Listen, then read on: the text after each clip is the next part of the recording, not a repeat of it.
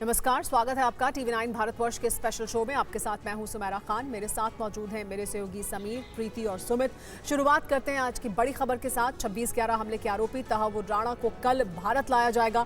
इस ऑपरेशन पर NSA अजीत डोभाल खुद नजर बनाकर रखे हुए हैं। दिल्ली और मुंबई की जेलों में तैयारी की जा रही है। तहव्वुर राणा को भारत लाने को एक बड़ी उपलब्धि के तौर पर देखा जा रहा है भारत की।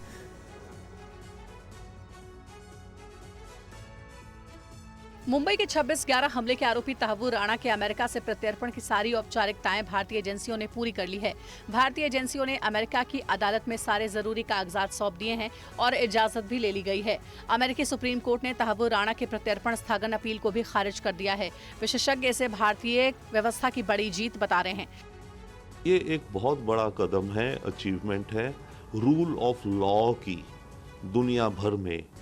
और भारत की जो हमारी हालात हैं इस समय, जब हमें दुनिया में अलग अलग किनारों पे हमारे जो एंटी नेशनल इंटरेस्ट दिखते हैं, उन तक को सबक पहुंचाने का एक बहुत बड़ा सिग्नल है कि अब आप अपनी एक्टिविटीज़ कुछ बदलिए। That is one.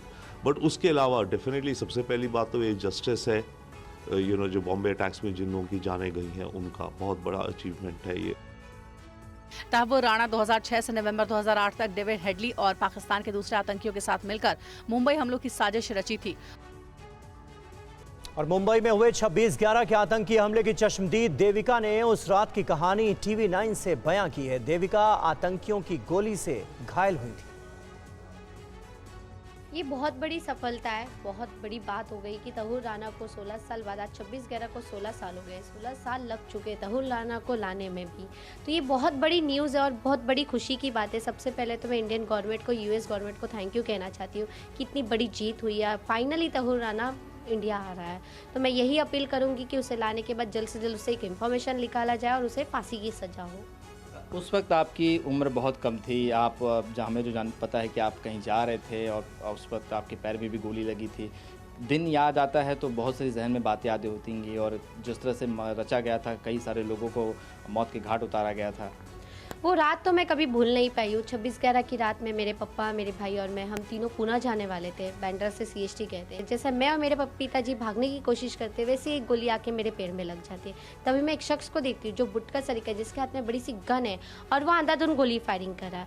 गोली लगने के बाद मैं गिर गई, बेहोश हो गई। वहाँ से मुझे सेंट जॉर्ज हॉस्पिटल लेके गए।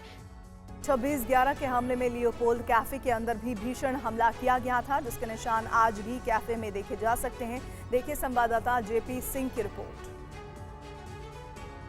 लियोपोल्ड कैफे में 26 नवंबर 2008 की रात 2 आतंकी शोहेब और माजिद उर्फ अबू उमेर यहीं इसी लियोपोल्ड कैफे और बार के अंदर आए। उस वक्त यहां पर इन्होंने अंधाधुंध फायरिंग की, अंदर की तरफ से जो है फायरिंग की। जो इनको टेबल पर दिखा उसके ऊपर फायरिंग की। इसमें 10 लोगों की हत्या जो है उस वक्त की गई थी। गोलियों के निशान हम देख सकते हैं। एक गोली देखिए यहाँ पर अंदर की तरफ से लगी है, एक गोली यहाँ पर अंदर की तरफ से लगी है। ऊपर से नया ये कांच लगाया गया है। 17 साल हो गए हैं, लेकिन अभी भी ये लग रहा है जैसे कल की बात है। का ये जो काउंटर है, इस काउंटर पर देखिए ऊपर एक गोली लगी हुई है। ये जो है गोली यहाँ पर आप देख सकते हैं। ये बुलेट जो है AK-47 का ये बुलेट है जो सीधा दीवार के आर पार चला गया था। लियोपोल्ड की फायरिंग थी, ये पहली फायरिंग थी मुंबई के अंदर। इसके बाद CST की फायरिंग हुई थी भाई साहब। और इसमें यहाँ पर कितने लोग उस वक्त बैठे हुए थे? इसमें मेरे हिसाब से मैक्सिमम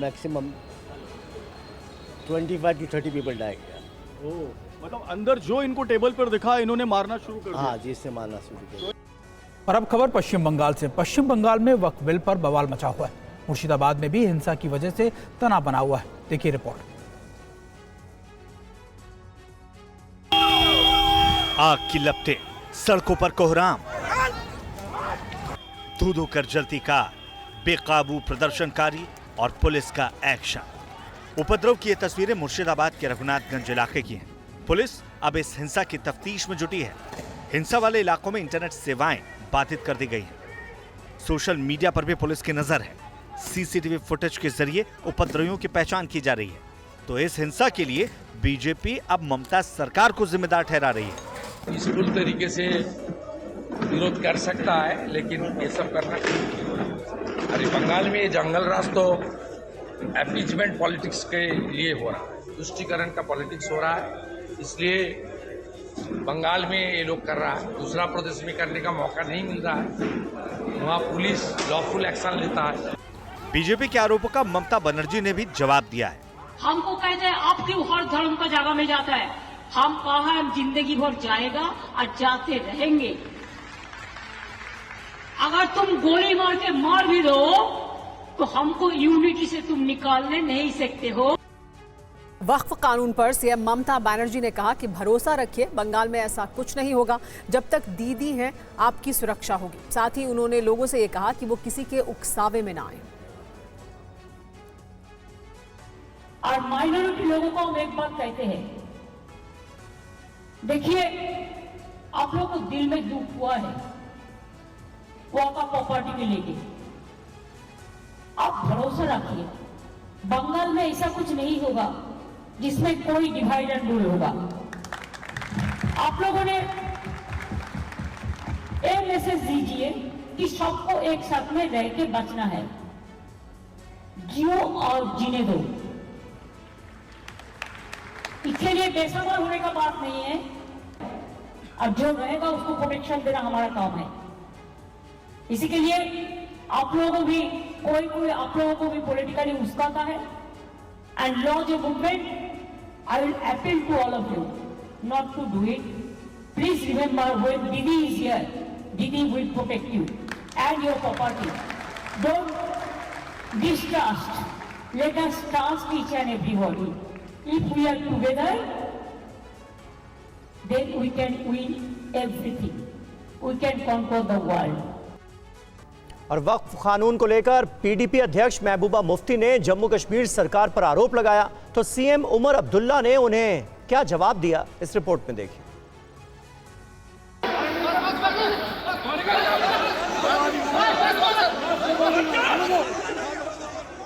वक्फ कानून को लेकर जम्मू कश्मीर में हंगामा थमने का नाम नहीं ले रहा है। पीडीपी चीफ महबूबा मुफ्ती ने कहा कि जम्मू कश्मीर सरकार को तमिलनाडु सरकार की तरह कानून का विरोध करना चाहिए।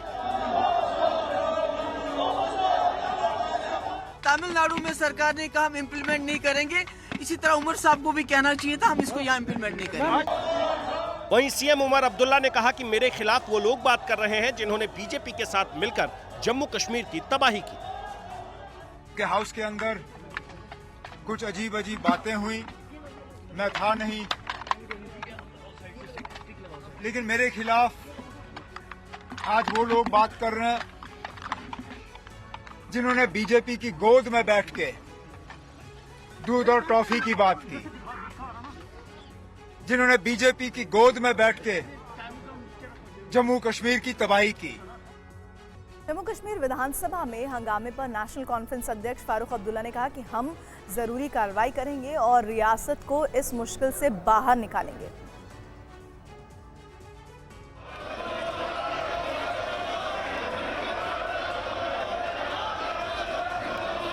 नेशनल कॉन्फ्रेंस के चीफ और जम्मू कश्मीर के पूर्व सीएम फारूक अब्दुल्ला ने जम्मू कश्मीर विधानसभा में चल रहे हंगामे को लेकर विरोधियों पर तंज कसा है। साथ ही उन्होंने कहा है कि उनकी पार्टी रियासत को मुश्किलों के दौर से हर हाल में बाहर निकालेगी।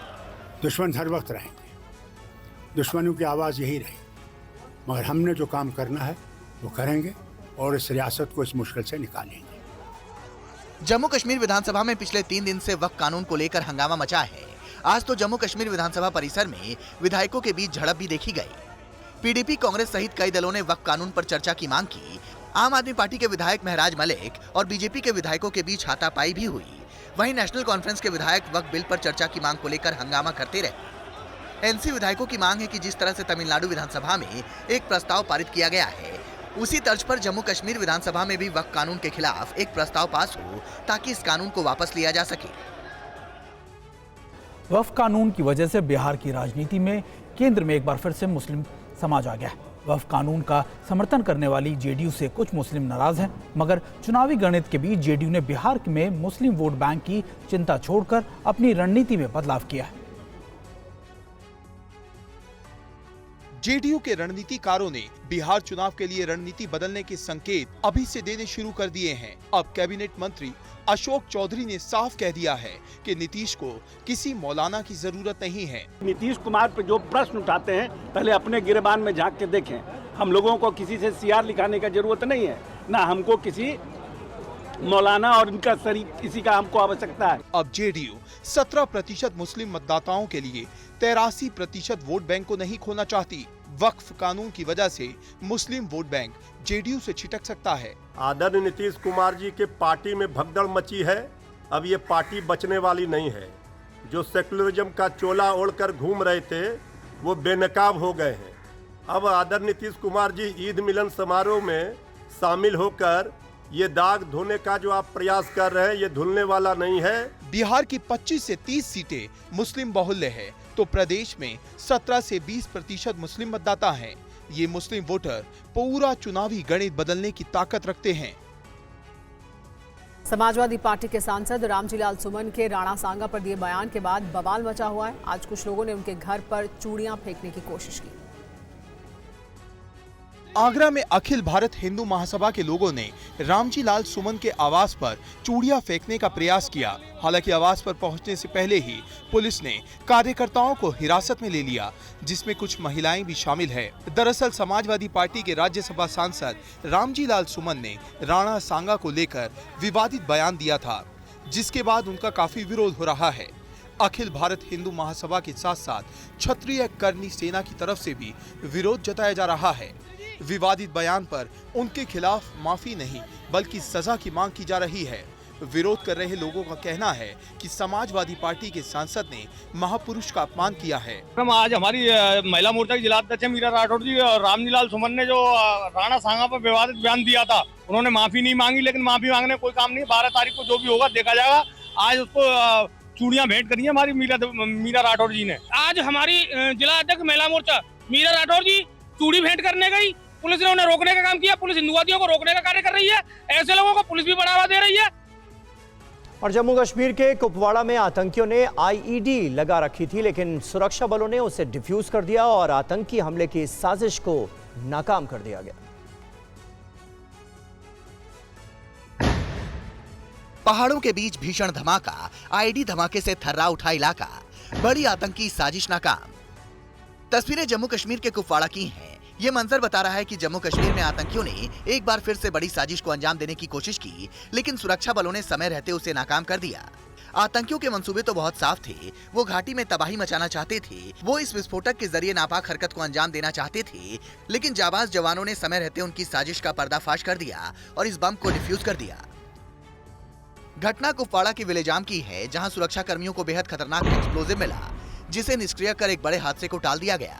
खबर मिलते ही बम निरोधक दस्ता मौके पर पहुंचा। टीम ने जांच करने के बाद इसे निष्क्रिय कर दिया। ये तस्वीर घाटी के लिए बहुत आम है, लेकिन खबर है कि सीमा पार से एक बार फिर घाटी को दहलाने के लिए बड़ी साजिश रची गई है। ऐसे में सुरक्षा बल सतर्क हैं और इसी सतर्कता का नतीजा है कि एक बार फिर आतंकियों के मंसूबों पर पानी फिर गया। अब जांच एजेंसी पता लगा रही है कि आखिर ये विस्फोटक कहां से आया। जम्मू कश्मीर में अलगाववादी संगठन अब घुटने टेक रहे हैं। हुर्रियत कॉन्फ्रेंस से जुड़े 11 संगठनों ने अब तक अलगाववाद से नाता तोड़ा है। गृह मंत्री अमित शाह की रणनीति जम्मू कश्मीर में कामयाब साबित हुई है। इस पर यह रिपोर्ट देखिए। जम्मू कश्मीर में अलगाववाद अब दम तोड़ चुका है। अब तक 11 संगठन हुर्रियत छोड़कर भारत के संविधान में आस्था जाहिर कर चुके हैं। गृह मंत्री अमित शाह का प्लान अब जम्मू कश्मीर में असरदार साबित हो रहा है। स्पेशल इन्वेस्टिगेशन एजेंसी और एनआईए की तरफ से एक के बाद एक जो छापामारी और कार्रवाइयाँ की गई, उससे कहीं ना कहीं इस पूरे अलगाववाद नेटवर्क को एक बड़ा दचका लगा है और लगातार लोग मुख्य धारा की ओर लौट रहे हैं। हालांकि सुरक्षा बलों की तरफ से कई लोगों को हिरासत में भी लिया गया, जो कि अभी भी एंटी नेशनल एक्टिविटीज में मुलव्वस थे। स्थानीय लोग भी मानते हैं कि अब आतंकवादियों की सोच बदल रही है। कश्मीर के अलगाववादी अब अपना सुनहरा भविष्य भारत के साथ ही देख रहे हैं। जो आज पॉलिटिकल एक्टिविटीज़ या जमाते हैं जो पास्ट में हुर्रियत का जिनको एफिलिएशन होता था, जो अलगावाद की बात करते थे, टेररिज्म की बात करती थी, स्ट्राइक कॉल्स की बात करते थे, आज वो कहीं ना कहीं अब लाइन पे आए हैं। वो छोड़ के जा रही। ये एक पॉजिटिव चेंज है, ये एक मुस्बत चेंज है जो 2019 के बाद हमें देखने को मिलती है। क्योंकि लखनऊ में बिजली विभाग के कर्मचारी निजीकरण के विरोध में जमकर विरोध प्रदर्शन कर रहे हैं। इस विरोध प्रदर्शन में 11 राज्यों के कर्मचारी शामिल हुए हैं। देखिए रिपोर्ट।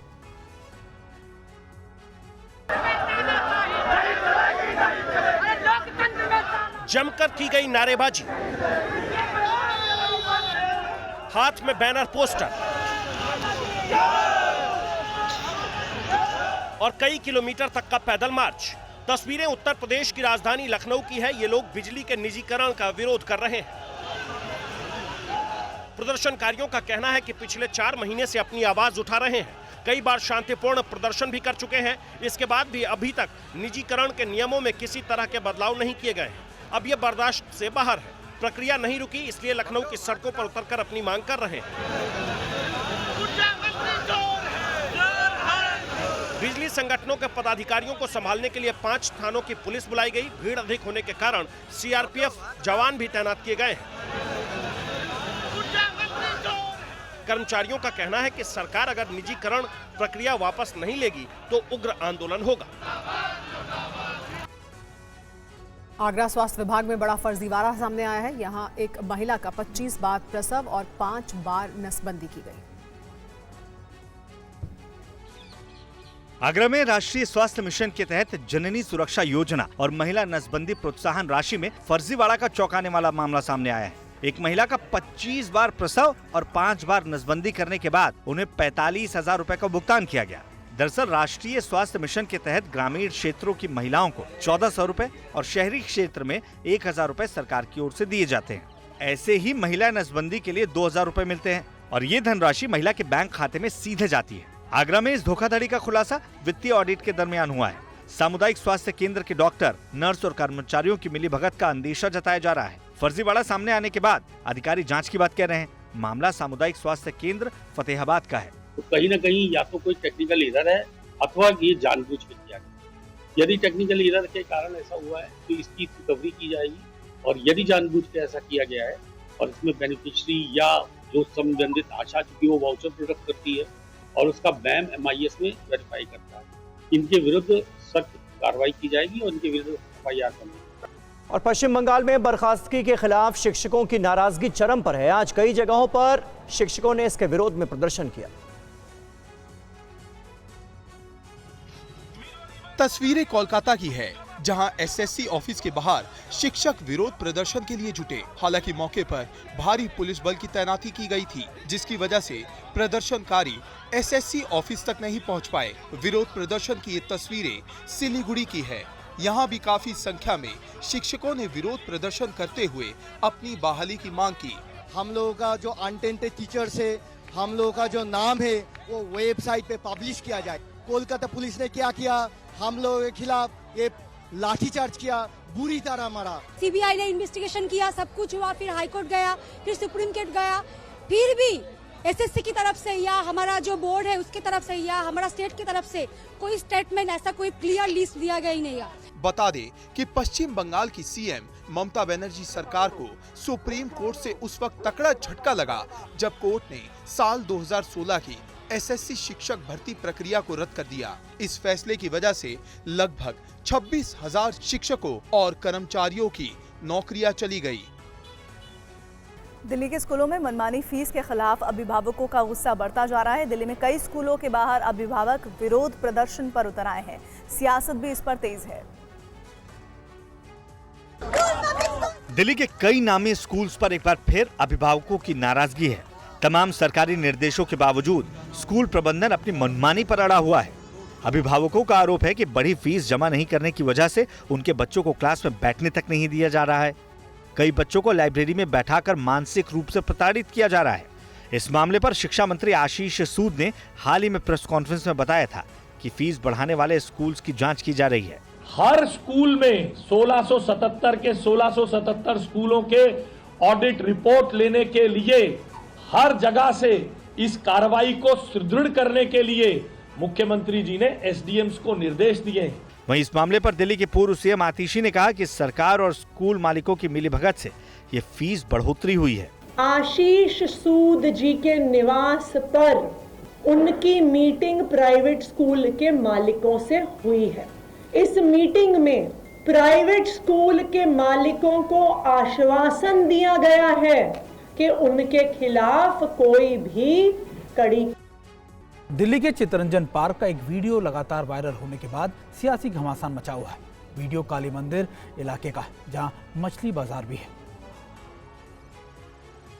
कि जो भी मंदिर के साथ ये बाजार है तो इसमें जो है ये होना नहीं चाहिए। टीएमसी सांसद महुआ मोइत्रा ने बीजेपी पर आरोप लगाते हुए दावा किया कि मछली की दुकानों पर आपत्ति जता रहे लोग बीजेपी के थे और उन्होंने मंदिर के पास मछली बेचे और खाए जाने पर हंगामा किया। टीवी 9 भारतवर्ष ने जमीनी हकीकत जानने की कोशिश की। काली माता मंदिर के पुजारी ने इस मामले पर क्या कहा, देखिए। कोई तो दिक्कत नहीं, क्यों? बंगाली का ट्रेडिशन है, शादी में कोई अनुष्ठान में वेज नॉन वेज होता है। किसी मंदिर का गेस्ट हाउस के सामने भी मछली बनाता है, जैसे रहने के लिए दिया वो बंगाली उसे मछली भी देना रहते हैं, उसे क्या प्रॉब्लम है? कोई प्रॉब्लम नहीं है, ये सब फेक न्यूज है। वहीं स्थानीय लोगों का कहना है कि ये बस सियासत है, आम लोगों का इससे कोई लेना देना नहीं है। ऐसे कोई घटना इसके पहले नहीं हुआ। सीआर पार्क एक बहुत ही पीस लविंग और लॉ अबाइडिंग पीपल के जगह है। सारे लोग बहुत ही पीसफुल और वो है। केंद्रीय कैबिनेट से कई अहम फैसलों को मंजूरी मिली है। आज जीरकपुर बाईपास प्रोजेक्ट को कैबिनेट से मंजूरी दी गई है। चंडीगढ़ में जीरकपुर सैटेलाइट शहर के रूप में विकसित होगा। यहां 19 किलोमीटर लंबी परियोजना में खर्च होंगे 1878 करोड़ रुपए। पीएम सिंचाई योजना की सब स्कीम को भी मंजूरी मिली है। तिरुपति काठपाड़ी वेल्लोर रेल लाइन के दोहरीकरण को भी मंजूरी दी गई है। मैं सेकंड बहुत इंपॉर्टेंट प्रोजेक्ट पे आता हूं, जीरकपुर बाईपास। अगर आप चंडीगढ़ को ध्यान में दें तो चंडीगढ़ के पास में बहुत ही प्लान्ड वे में पंचकुला मोहाली डिस्ट्रिक्ट में पंचकुला और जीरकपुर दो बड़े शहर बसाए गए हैं जो कि प्लान्ड सैटेलाइट टाउन्स हैं। जीरकपुर बेसिकली दो नेशनल हाईवेज के इंटरसेक्शन पर स्थित है। इन दोनों सेक्शंस के, इन दोनों हाईवेज के इंटरसेक्शन पे होने के कारण जीरकपुर के अंदर से ट्रैफिक का हमेशा एक चैलेंज रहता है, ट्रैफिक कंजेशन रहता है। तो पूरे चंडीगढ़ जीरकपुर पंचकुला को लेके एक रिंग रोड जैसा कॉन्सेप्ट बना है। उसका ये पहला प्रोजेक्ट है जो कि 6 लेन जीरकपुर बाईपास प्रोजेक्ट है। 1878 करोड़ रुपीस का है, करीब 19 किलोमीटर्स का है, 19.2 किलोमीटर्स, और इसको पीपीपी में हाइब्रिड एन्युइटी मोड पे बनाया जाएगा। और कांग्रेस अधिवेशन में बोले राहुल गांधी, हमारे लिए सब लोग एक समान हैं, हम सब लोगों से मोहब्बत करते हैं। बीजेपी के लिए सब लोग अलग अलग हैं। हमारे लिए सब लोग इंसान हैं, सब लोगों से हम मोहब्बत करते हैं, सब लोगों की हम रिस्पेक्ट करते हैं। उनके लिए अलग अलग है। कोई दलित है, उसको मंदिर में नहीं जाना चाहिए।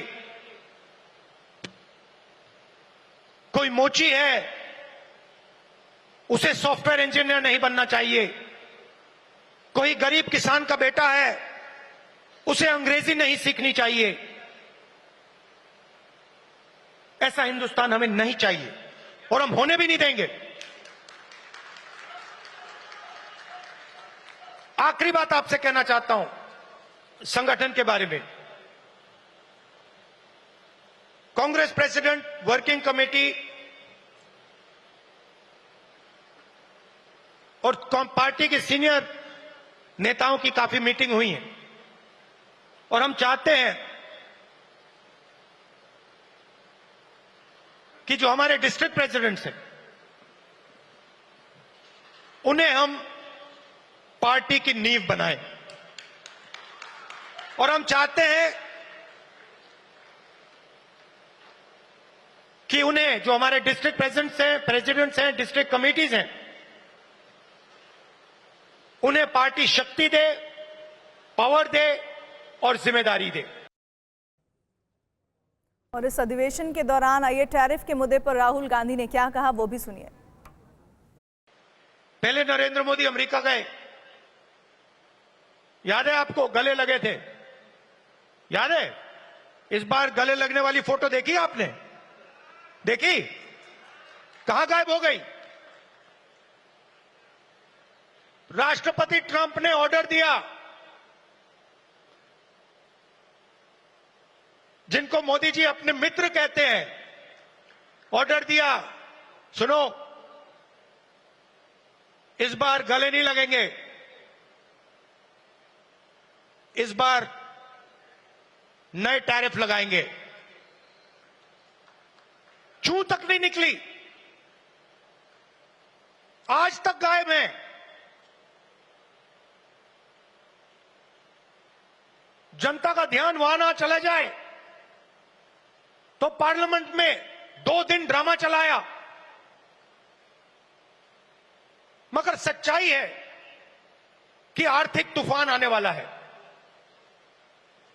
कोविड आया था, नरेंद्र मोदी जी ने थाली बजवाई, मोबाइल फोन की लाइट दिखवाई। अब आर्थिक तूफान आ रहा है, सामने है, करोड़ों लोगों को नुकसान होगा। 50 साल से सबसे ज्यादा बेरोजगारी आज है। कहां गए नरेंद्र मोदी? कहां छुप गए हैं?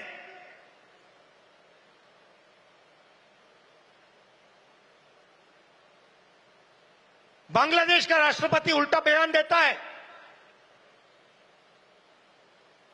और नरेंद्र मोदी जी उसके साथ बैठे हुए हैं, चुप, एक शब्द नहीं निकलता मुंह से। कहां गई 56 इंच की छाती?